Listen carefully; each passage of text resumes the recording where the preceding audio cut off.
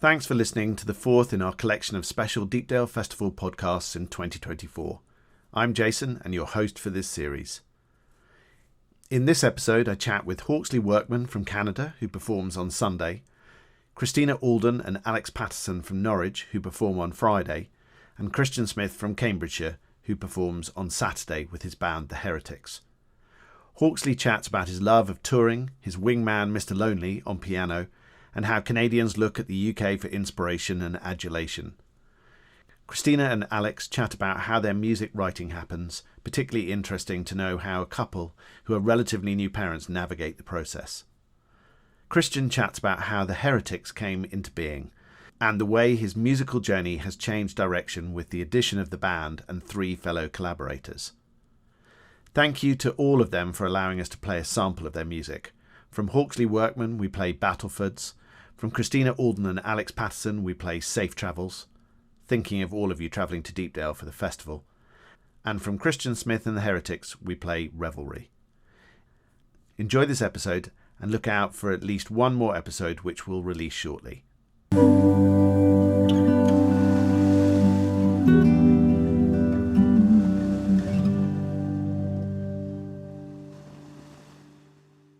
Hello. Hi, Hawksley. How you How's it doing? going? Great, thanks. How are you? Yeah, good.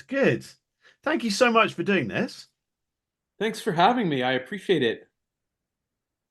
So where are you at the moment? Are you in Europe or are you... Oh, I'm at home in Peterborough. Oh, okay. Yeah, Peterborough, Ontario, Canada.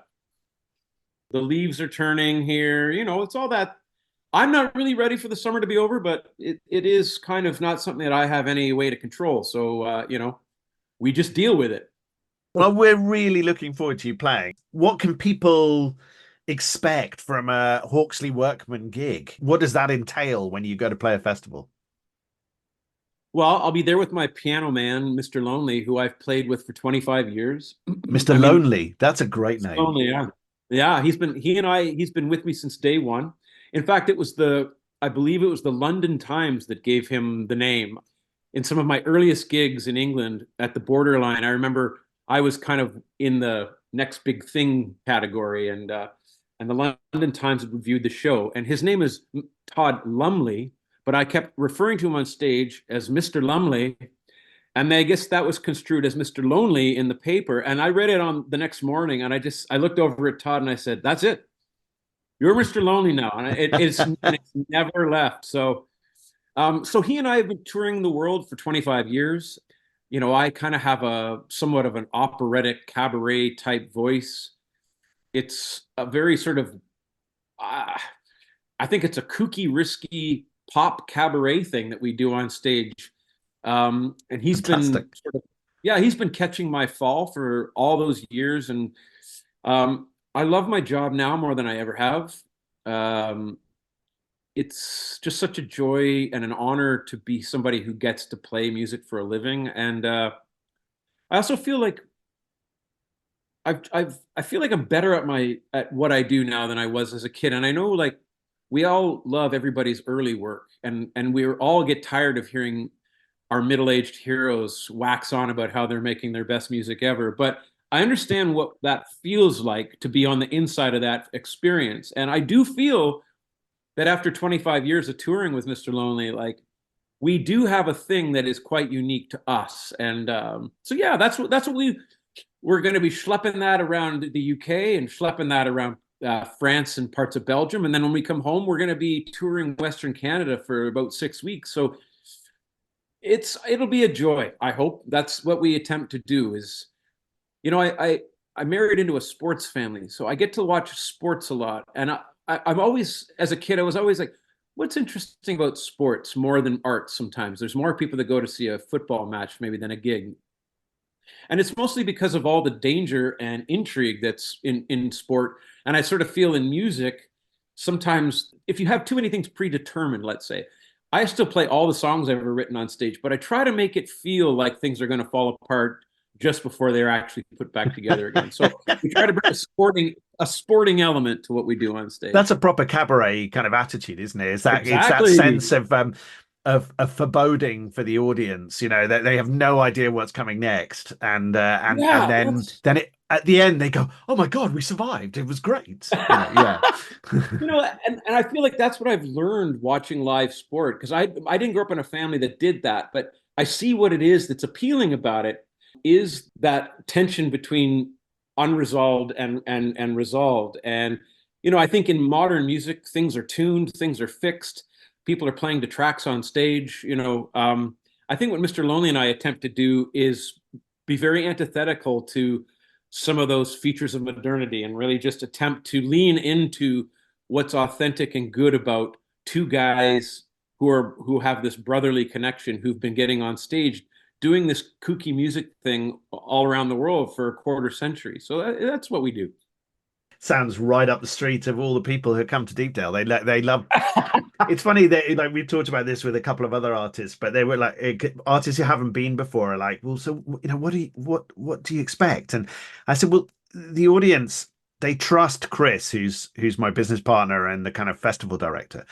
They Yeah. trust him to put together 3 and a bit days of amazing music. And the vast majority of people who come to Deepdale Festival just want to watch and listen to great music. And they trust Chris to fill their ears with a whole bunch of amazing artists. And you guys are going to be just awesome. You'll just be an amazing part of that. And I think it's going to be wonderful. And what we've really loved this year is how much introduction from one artist to another artist there's been. So Rich from Man the Loaf Bites introduced us to you, and to Evangeline and to Lady Nade and a few other people. And it's just really lovely how kind of all of these interconnections happen. And international festival with you guys, you and Evangeline coming from Canada, Track Dogs guys coming from Madrid, and then we've got the Henry girls coming from Ireland, and now we've just confirmed Thea, who is coming from Australia. So Oh, it's great. a really nice kind of collection and a really nice interaction between all of you. So have you played with any of the artists or seen any of the other artists who are playing at the festival this year? No, no, I haven't played or seen any of them. So it's going to be a great time for discovery for us as well. And you coming for? Are you going to manage to see some of the festival, or have you got to race off for another gig in between? You want to know the truth is that I haven't actually looked at the schedule. Years ago, when I started to get really, really busy, I started to have this anxiety because I was looking at my calendar and seeing these vast mountains of dates piling up and thinking, how am I going to stay healthy through all this? In my late 20s, I made a decision to just stop looking at the calendar and have each day happen to me individually as they come. So Brilliant. frankly, well, I guess, but it means I sit here with you saying, look, I don't really, I can sound so ridiculous. I don't really know what I'm going to be doing. But somebody does, and I'm sure that I will be taken to the right place at the right time. So yeah, So tell me about the Juno Award, because I don't know that award. Is that a Canadian or a North American thing? yeah, that's our like Canadian Grammy Awards. They're handed out every year here. It's a big deal in Canada. Yeah, but it's true outside of Canada. It doesn't really nobody really knows what they are. It's for our sort of this northern outpost we have here. It's the way we sort of celebrate and for the industry to come together and self-congratulate. So that's it's like all award shows. They all kind of do the same thing. Just for Canada, we do it in a very small, undetectable kind of way. When you're touring, where's your favorite place to tour? Is it in Europe or is it in North America?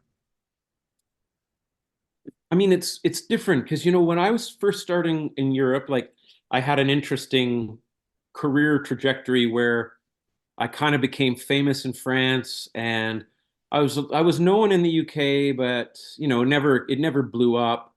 And so there was always this funny thing happening there. In Canada, my career had sort of a rise to a point where like I'm a known quantity here. So what I love about touring Canada is that I get to feel like a somewhat famous person. When I'm touring Europe, what I like is that I get to be in a beautiful place filled with history and culture that I've been able to kind of wiggle my way into the fabric of for the last 25 years. And I feel honored and just, I'm always deeply inspired. I love playing in the UK. I love playing in France. I love playing in Norway. I used to love playing in Australia. I used to play in Australia all the time. it's a long way to go. And it seemed like the last few times I played Australia, I'd be leaving Sydney on the plane, and literally as it's taking off, I'm thinking, I'm never coming back here again. And it's not that the gigs weren't good, they're usually great. It's that I didn't want to subject my body to the turmoil of the trip and just all that's sort of there. Touring is, it's funny because I'm going to be 50 next year, and I have a lot of my friends, other music friends, saying, "Don't you wish you could just stay home now?" And I feel like I've been almost, the expectation is that as you get older, you're supposed to want to kick your feet up. To be quite honest, I'm more emboldened to be on the road now than ever before. I love it more. And partly that's due to the fact that I drank heavily on the road for years. And so then, you get off the road and you have to recover at home. It's not like the drinking stopped, it just slowed down a little bit. But you had this perspective of the road, of a place that is like hard on your body, hard on your system, and I think then when you hear a lot of artists of old lament the road, it's because sometimes it's just too much exposure to things that are hard on your heart and systems. So once I got that thing figured out, and the drinking went away on the road, all of a sudden, what is magical about being in other countries, playing gigs, that's all that's left for me now. It's the wonderful part. I don't deal with hangovers or any other bullshit anymore. I am just purely invested in the experience of being a very lucky person who doesn't, I remember somebody I used to be a roommate with in the very early days of my career, and she said, "You're so lucky. Most of us will see the world as tourists, and tourists, not to be too, it's not a criticism, but tourism is an act of sort of taking. You don't always get to leave yourself when you're a tourist, and Yeah. when you're a touring musician, there is a sense that you're invested in an exchange. And I know that might just sort of be my way of feeling uppity, but um, that's something I take very seriously. And I feel like as a kid locked out here in the middle of nowhere in Canada, I've spent a lot of time ambling about the planet, seeing how humans interact with one another. And it's really given me pause, and it's given me an instinct for the sociological, the sociological comings and goings of humanity. And it's something I am just eternally grateful for. I feel like it's a way to sort of endeavor into a philosophy, a poetry.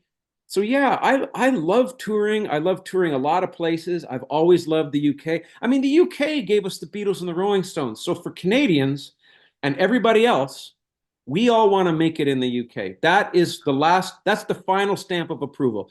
If you get a good review in Mojo Magazine, if you are well regarded in the UK, for most people outside of the UK, that is about as close to being deified as you're going to get, is having the Brits say you're great. And I think in many ways, that's what we've all been trying to do when we go to England, is just try to get their attention, because you guys created the best music journalism. You guys created some of the best music. I mean, I'm an 80s kid, right? Like, I didn't really buy into 90s grunge, which was more heavily influenced by the American instinct. I am much more interested in that British sophistication. I'm a big Smiths fan. I'm a big fan of Thomas Dolby and Tears for Fears, like things that came from the 80s that informed me at my deepest levels, and that still feel like they're integral to me, and not for nostalgic reasons. It's almost like when I listen to Talk Talk Laughing Stock, I can think of, it was that record that emboldened me to want to make my own music. Or when I heard the horribly distorted drum fill at the beginning of watching The Detectives, I'm like, well, fuck, if they can get away with that, then I can get away. I can do whatever the fuck I want. If they can put drums on this incredible song, all I need to do is come up with a cool lyric, a little organ part, and a distorted drum sound, and I can join the party. So, I will. That's my confession: is that touring England, I think for most North Americans, Americans and Canadians alike, we are exercising or exorcising a little demon in us that deeply desires to be accepted by the British public. Fascinating, fascinating. That's really interesting. Yeah, because of course, a lot of the artists I talk to are British, so they're constantly thinking about whether they can make it in the US, and Right. it's fascinating hearing it from the other side of the pond. I'll give you one more little sort of trivial bit, that the new wave made a bigger impact in Canada than it did in the US. Now, by virtue of numbers, there's 10 times as many Americans. So there was always going to be bigger business for the Brits to do in America. But, all the exports from the 80s new wave found a much easier home in Canada first before they were able to sort of break into that American spirit. And again, I just think it's in Canada, we're a little bit, we're here because we were loyalists. We didn't want to be a part of the American insanity. So we all ambled off to the cold north and put the Queen back on her money and got back to the business of being, civilized. And so I think that in many ways, a lot of British music hits Canadians a little differently than it hits Americans. Yeah, fascinating. Yeah, fascinating. Hawksley is playing on Sunday at the Deepdale Festival in the Brick Barn. Him and Mr. Lonely are going to be filling the Brick Barn with some amazing music, and we are so looking forward to your set. It's going to be fantastic. Thank you for chatting to me. I hope that the travels over the next few weeks are uneventful and successfully make it to Deepdale without any disruption, and that the gigs you're doing in the meantime are good fun. I know our audience are going to love you, and I think it will be great to have you there. My cousin, when he saw that you were on our program, he's a Canadian, and he went, "Oh my God, you guys have got Hawksley Workman. That's amazing." So you'll be very pleased to know that a fellow Canadian has given you the complete thumbs up and said that we've done ourselves proud to have you play. So we're really looking forward to your cabaret style madness on the stage. It'll be great. Great.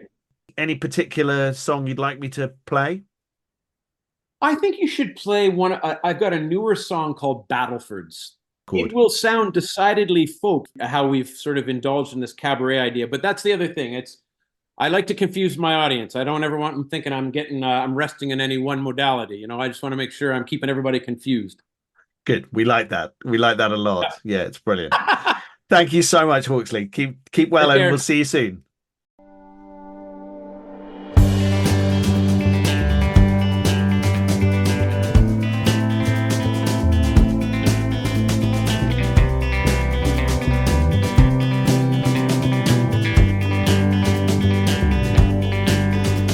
Another summer wasted in the Battlefords on a banana seat bike with the hockey card in the spokes.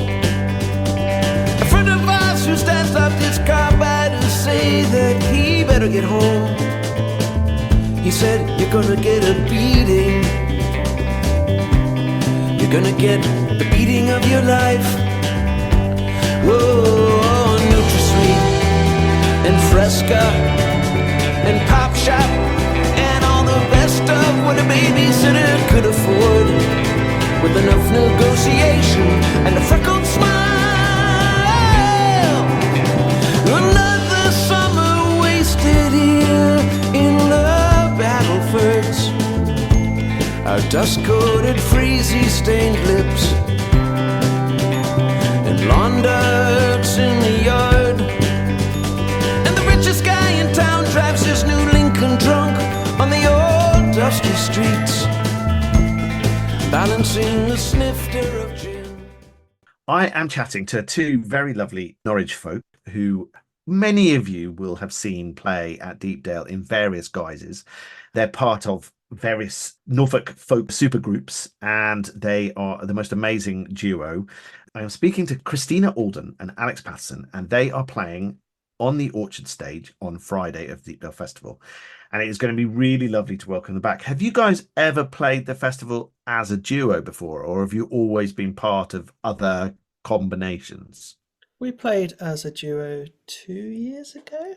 So we were with Kite Wing last year and a duo the year before, and I think we may have had a year off. I think you also played on Nick Supardi's solo. Yeah, I love the way that Nick kind of described it as a solo set, and then there was hundreds of you on the tiniest stage. It was just great. There was 4 of us. That was a really nice little project. I forgot we did that. Works really well there, the bar area now, kind of with the cover and stuff. It just works really well. We had, because of course Jess Morgan played there last year, and she was really quite nervous beforehand. She hadn't done any big bigger gigs for a while, and you could hear a pin drop when she sang. And then Yeah. Chris Riddle absolutely floored her because he'd done a whole lot of pictures of her related to her song. One's about New York. He drew her in a Cubs kind of kit and stuff, and then presented to them at the end, and she blew her away. So there we go. Oh, lovely. But for anybody who hasn't seen you play, how would you describe your music as a duo? So I'd say it was contemporary folk. On fiddle and guitar, banjo and tenor guitar. Yeah. We sing harmonies. And we write do songs about nature and stuff. Yeah. And kind of, lots of storytelling about animals and nature, and then a few traditional-y things in there. We try and make as much noise as possible for two of us, really. That's always good. Are they completely original songs, or do you get inspiration from some old poetry and old stories and stuff, or is it kind of a mixed? It's 95% original. We do one or two traditional songs, and we've probably put on average like a traditional song in each album that we've released, and it is traditional in the sense that the lyrics are traditional or adapted from a traditional song, but it's mostly our own stuff. And how does the writing process work between you? Do you both kind of have your own little writing corner and you kind of write stuff and then go to the other one and go, look at me? Or does it something that organically happens with you both as you're together? Christina does nearly all the songwriting and all the lyric writing, and then she brings it to me. Yeah, so I'll find something. So we've just written a new song which is about the Highland hare. White mountain hare. And I just saw an article about it and kind of the impact of climate change and its changing surroundings, and it's a turncoat, so it matches its surroundings so it can hide from its predators, but they're kind of out of sync because of everything that's changing. And I found that fascinating, so I just delved in, looking at all of the different imagery and the landscape and all of these things. So I'll write a load of notes and then try and weave some of the bits together and get something that looks a bit like a song, and I'll be like, Alex, I've got this. And then I'll tear help it to me. bits. We'll tear it to bits, and then we'll have a song. We spend most of them, we just really just pick apart and change bits and record it and listen back and change it. And I think that sort of attention to detail, I hope it comes across. I think that, sometimes there's songs that do just come out. Christina will write something and it's pretty much fully formed, but a lot of the time we just really we work on them a lot, and they can take a really long time to form. And are you thinking about how you perform it live, or are you thinking about how you record it on the whole when you produce music?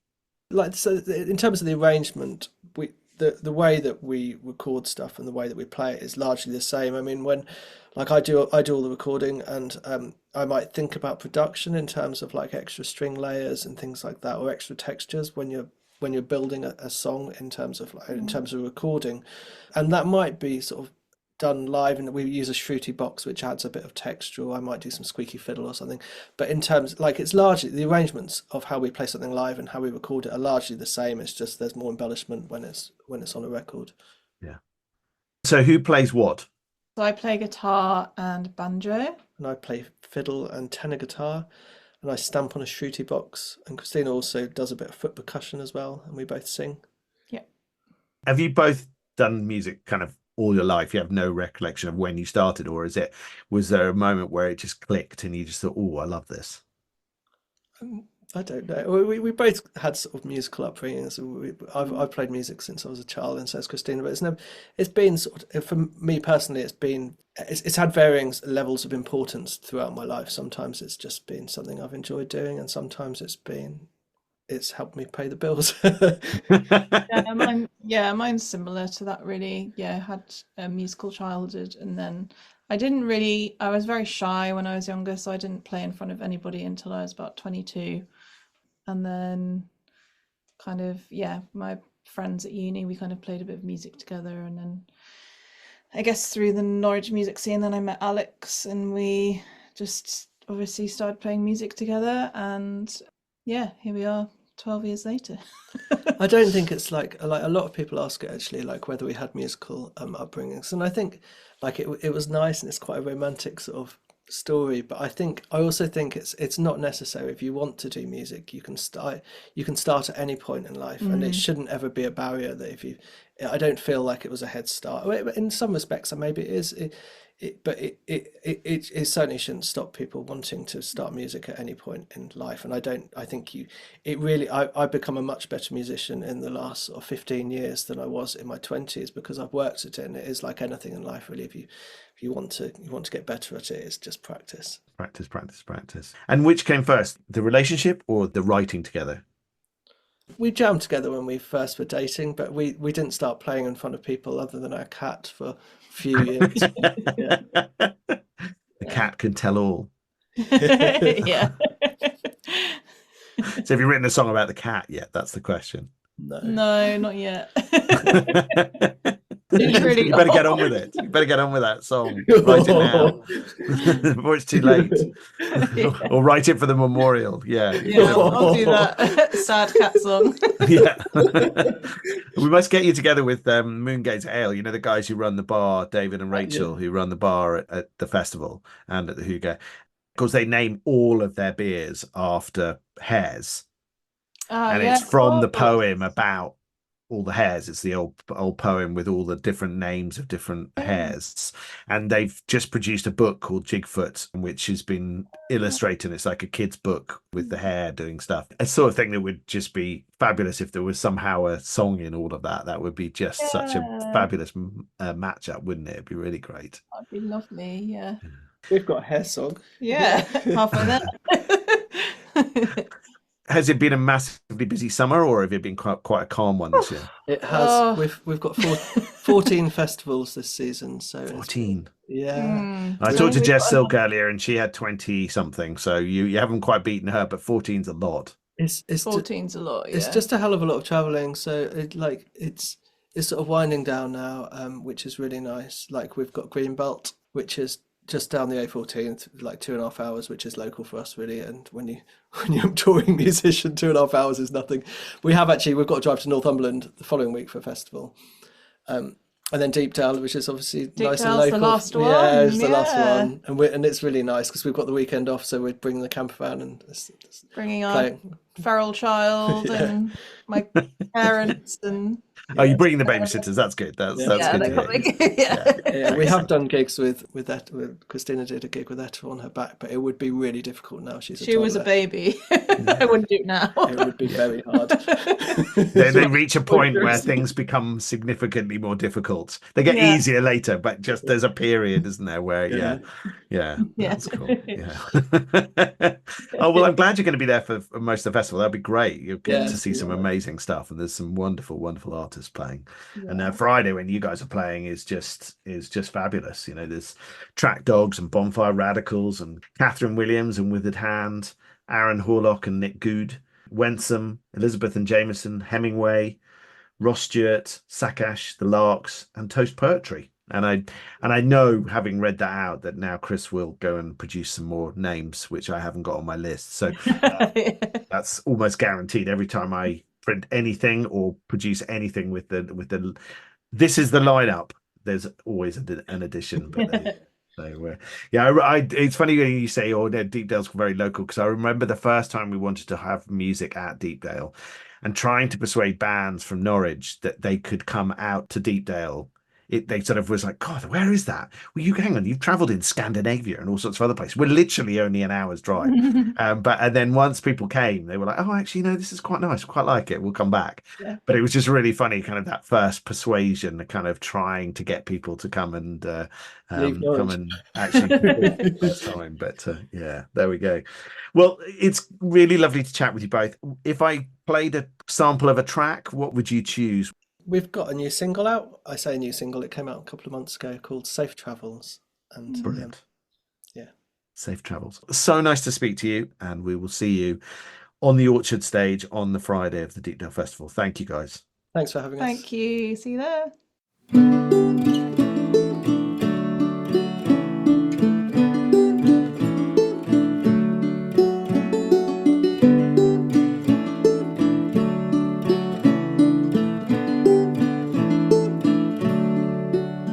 Safe safe travels wherever you go. My heart lingers to you, clings to your bones on the nights never ending on the way home. Safe travels wherever you roam. You're leaving, bound far away. My heart longs for you, but I know you can't stay. In my mind it is turning with the things I should say. When you're leaving, bound far away.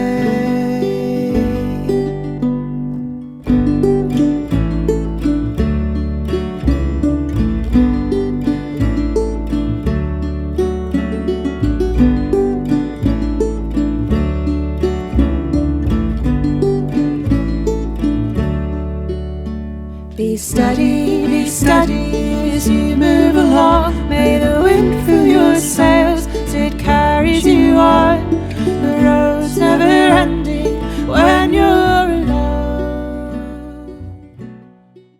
So I'm chatting with Christian Smith, who is playing at Deepdale Festival with his band, The Heretics. Welcome to Deepdale Podcast. How are you doing?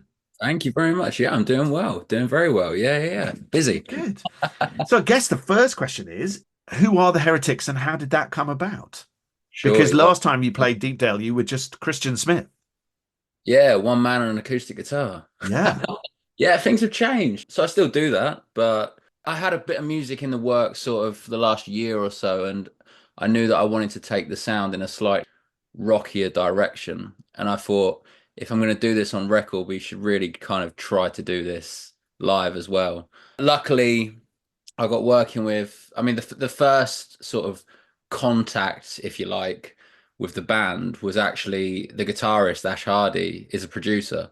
Initially started working with him just to produce these songs. And it started with Aurora back last year, which we released in January.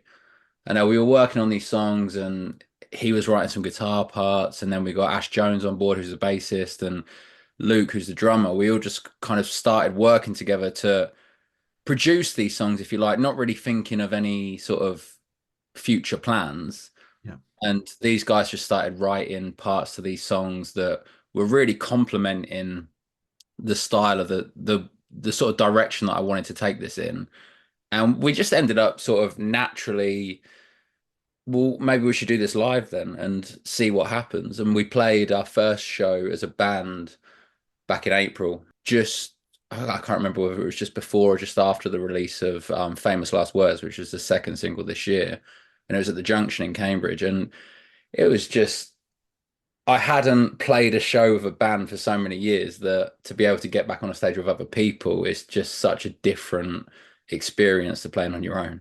Yeah. And I think, yeah, it's kind of addictive in a way. You kind of just want to keep doing it. You know what I mean? It's refreshing to have some people that want the same things, if you like, and are on board with the same direction. And I mean, let's be honest, we're not young anymore. I'm 31 now, so you're still young. You're still young. I speak from experience. Yeah, you're definitely still young. In terms of the music industry. Got you. Yeah, I know what you mean. Yeah. But we're all kind of on the same page as to what we want to happen, what's realistic, and yeah, it's just nice to be working with similar-minded people. Yeah. So who are the Heretics? So on electric guitar with me. So you got me. I'm playing electric guitar now, and obviously singing. You've got Ash Hardy, who plays lead guitar and does backing vocals. Ash Jones plays bass, and then Luke Richardson, who's the baby of the group. He's only 20. He plays the drums. You've got an album out now, or have you just done singles so far? Not yet. We've just done singles. Yeah, we've just announced the third single, which will be out on the 9th of August. I'm not sure when this is going out, but yeah, it'll be out on the 9th of August, which is called Revelry. And again, it's just kind of following on from the previous two, just sort of dipping a toe in, if you like, and gauging responses. And who knows, maybe there'll be something bigger to follow. Christian and the Heretics are going to be playing on Saturday in the Brick Barn. Really looking forward to your set. You've been to Deepdale a few times in various guises over the years, haven't you? Both festivals and standalone gigs.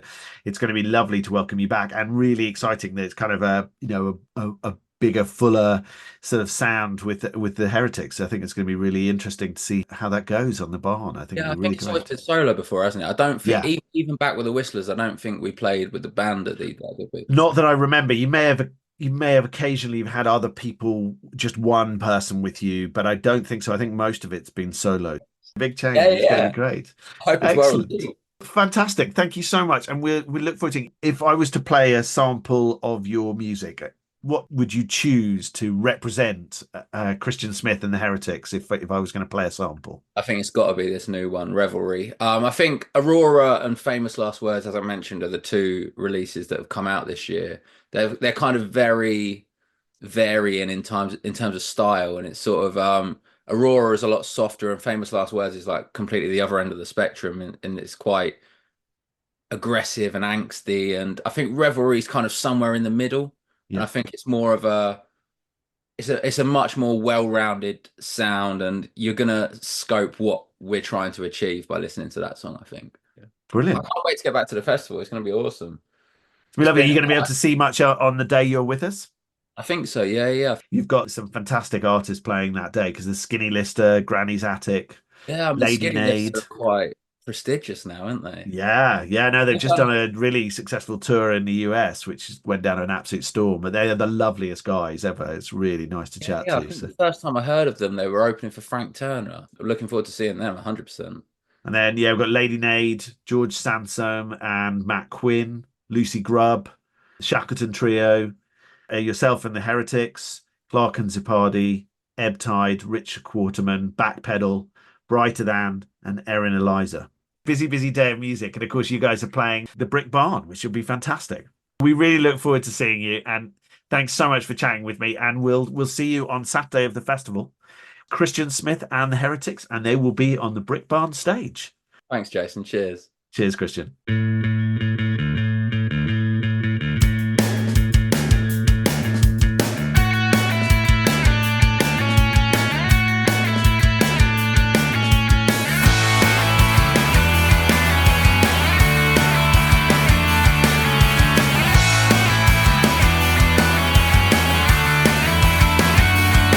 Is there a corner in your mind where all these things reside? Like when the cricket in this house keeps you up at night. Do you remember when the sun shone through and your flowers in the window just started to bloom? When everything's gone, all that's left is life. So live like you ain't got time. Don't worry when the day turns into night. Stick to the left-hand side and drive. But don't take it from me, screaming around like a revelry, up in a cloud of smoke when it all goes wrong.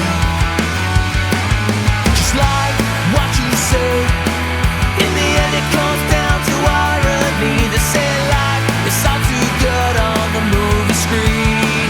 Stay away from the dynasty.